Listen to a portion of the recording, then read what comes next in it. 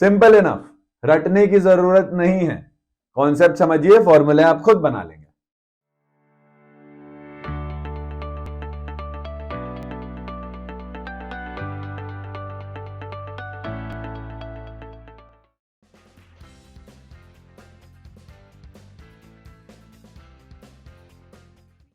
Hello everyone, I am Arnav Tyagi and I welcome you all to another fun session with DDT's Echelon.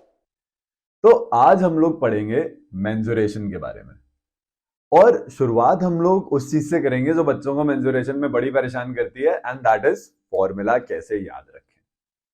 तो देखो यार, mensuration की formulas की बात की जाए तो याद तो वो प्रैक्टिस करके ही होंगे, लेकिन अगर हम लोग थोड़ा सा कुछ टिप्स एंड ट्रिक्स अपना सकें, थोड़ा सा कुछ भी ऐसा कर सकें जिससे हमारा काम आसान हो जाए, तो वो हमें कर लेना चाहिए। So that is what we will be doing today.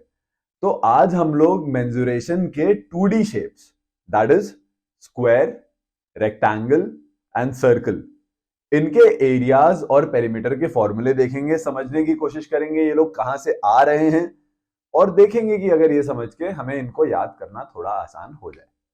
So let's get our learning on with DDT's Echelon. तो चलिए हम लोग सबसे पहले शुरू करते हैं रेक्टेंगल से।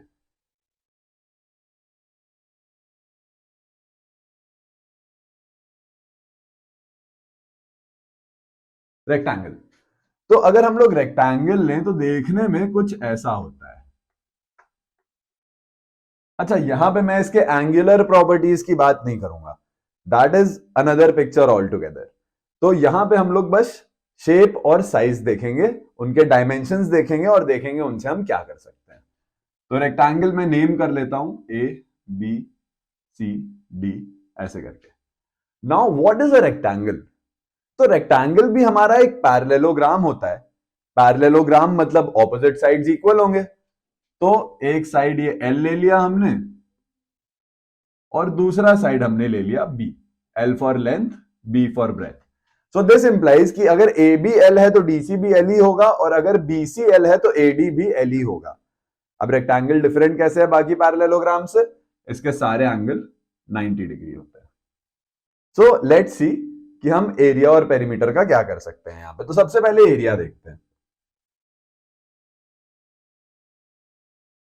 तो अगर हम लोग स्क्वायर और रेक्टेंगल की बात करें तो इनमें एरिया निकालना फेयरली सिंपल है। हमें ज्यादा कुछ नहीं करना है भाई, याद तो सब कर सकते हैं, पर ये देखते हैं आ कहां से रहे हैं। हमें बस दो एडजेसेंट साइड्स, दो अगल बगल वाले साइड्स को लेना है और उनको मल्टीप्लाई कर देना है। ठीक है, तो यहां पे हमारे एडजेसेंट साइड्स हैं ए बी और बी सी, इन दोनों को हम लेंगे। तो ए बी एल है, बी सी बी है, तो हम लोग लिख देंगे एल इंटू बी। दोनों एडजेसेंट साइड्स को मल्टीप्लाई किया, एरिया आ गया। अच्छा, एरिया है तो it will be in square units, यानी कि अगर चीजें मीटर में है तो मीटर स्क्वायर, सेंटीमीटर में है तो सेंटीमीटर स्क्वायर, सो ऑन। तो सिंपल था। तो अब आप L into B L into B L into B याद भी कर सकते हो, या फिर आप सीधे कह सकते हो कि भाई रेक्टेंगल है, दो अगल बगल वाले साइड को मल्टीप्लाई कर दो, एल इंटू बी, एरिया आ जाएगा। तो पेपर में अगर कभी भूल गए फॉर्मूला, तो ये लॉजिक अगर याद रह गया तो कोई दिक्कत नहीं होगी। चलिए अब आते हैं पेरीमीटर की तरफ।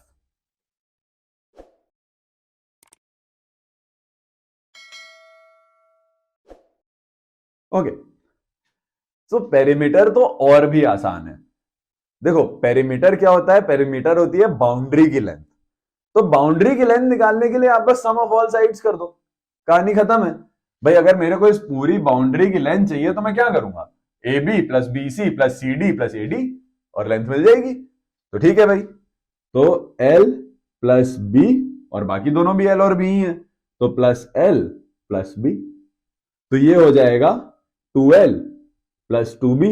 अब 2 हम ले लेंगे कॉमन, तो फॉर्मूला आ गया 2 इंटू एल प्लस बी।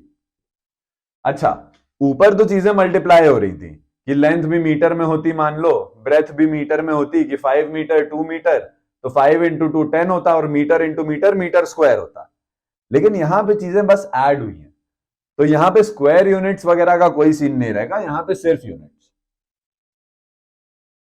कि अगर हर चीज मीटर में है तो पेरीमीटर भी मीटर में आएगा, हर चीज सेंटीमीटर में है तो पेरीमीटर भी सेंटीमीटर में आएगा, इस तरह से। बस दिमाग में इतना बैठा लो, पेरीमीटर मतलब बाउंड्री की लेंथ मतलब सम ऑफ ऑल साइड्स, कहानी खत्म। ठीक है। तीसरी चीज जो हमें रेक्टेंगल में खोजनी होती है, that is length of diagonal. Okay,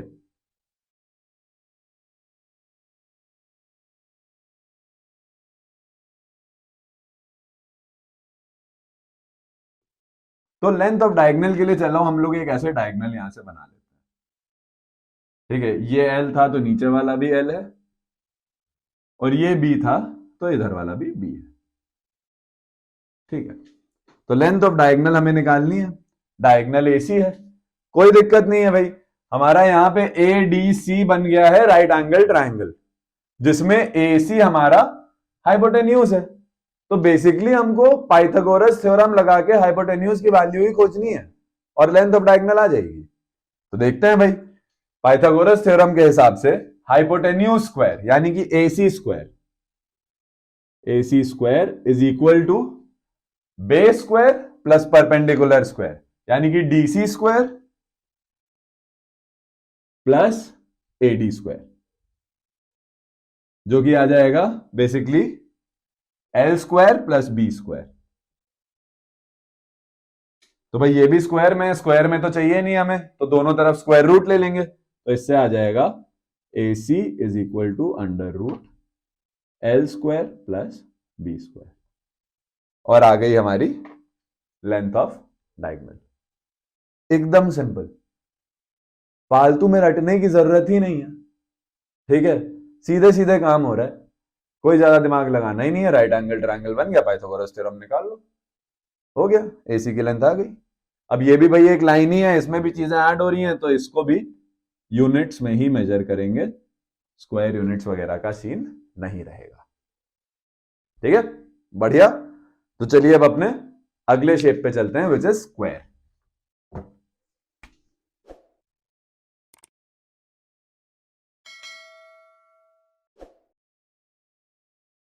square बना लेते हैं, तो कुछ ऐसा दिखता है हमारा स्क्वायर। भाई स्क्वायर और रेक्टेंगल में अंतर क्या है, इसमें सारे साइड इक्वल हैं, तो एक साइड की लेंथ ए ले लेते हैं, तो बाकी भी हर साइड की लेंथ ए होगी।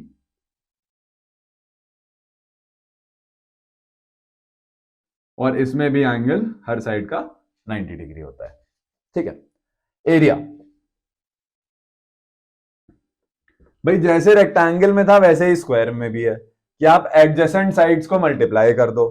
तो यहां पे एडजेसेंट साइड्स एक भी ए है दूसरा भी ए है, तो लिख देंगे ए इंटू ए, जिससे एरिया आ गया ए स्क्वायर, एंड अगेन एरिया है तो स्क्वायर यूनिट्स। सिंपल। पेरीमीटर देखते हैं,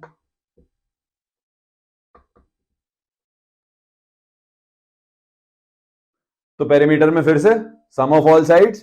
ठीक है भाई, ए प्लस ए प्लस ए प्लस ए आ गया 4 है, ये यूनिट्स में, इसमें कुछ स्क्वायर वेयर का सीन नहीं है।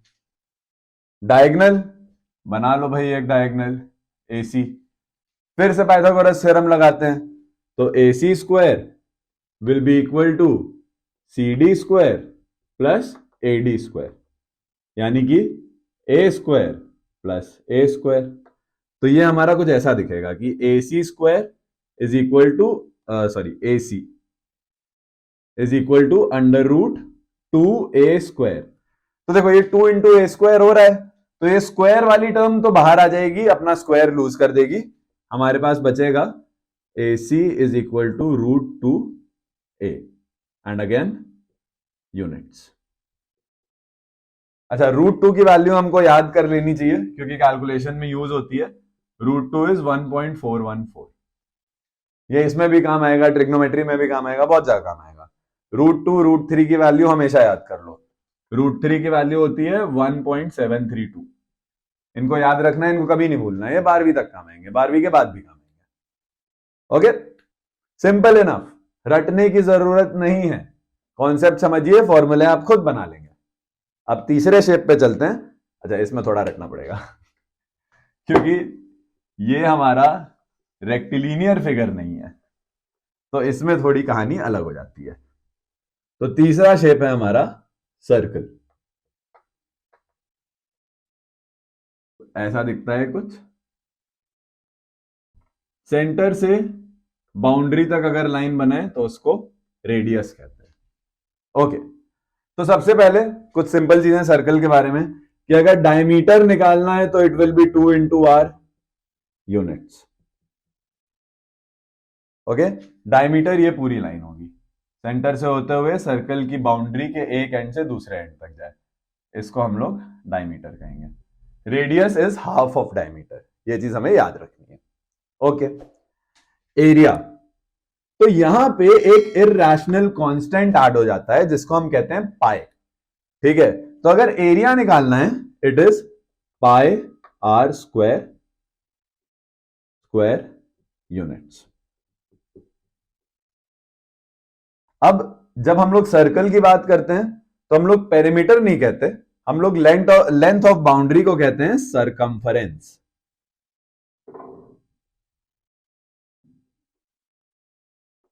और अगर हमें सरकमफरेंस निकालना है, formula is simple, 2 into pi into R units.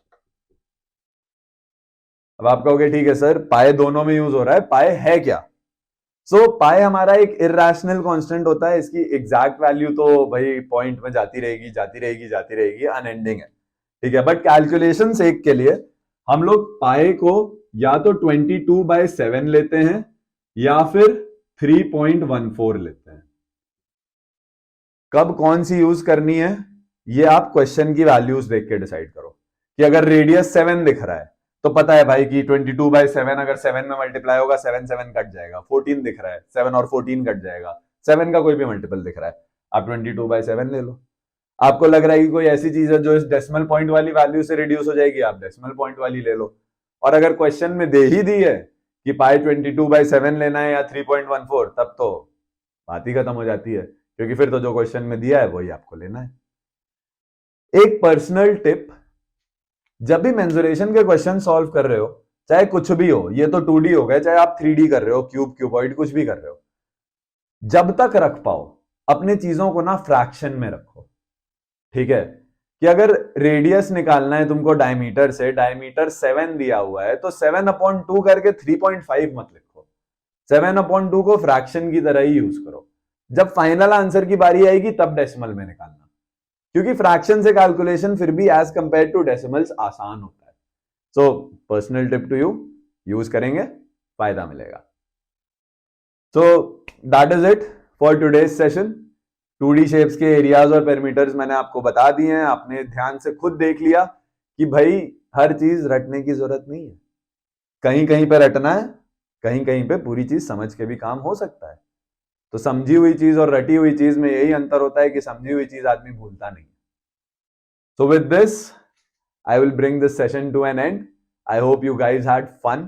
मजा आया हो, अगर अच्छा लगा हो तो like, comment, subscribe. Come in the comment section, बताइए किन किन टॉपिक्स पे वीडियोस बनाने हैं। मतलब हमारे दिमाग में तो हैं और 50 टॉपिक, पर आप लोग बता देंगे तो आपका फायदा है। So with this, I am Arnav Tyagi from DDT's Echelon, signing off. Bye bye.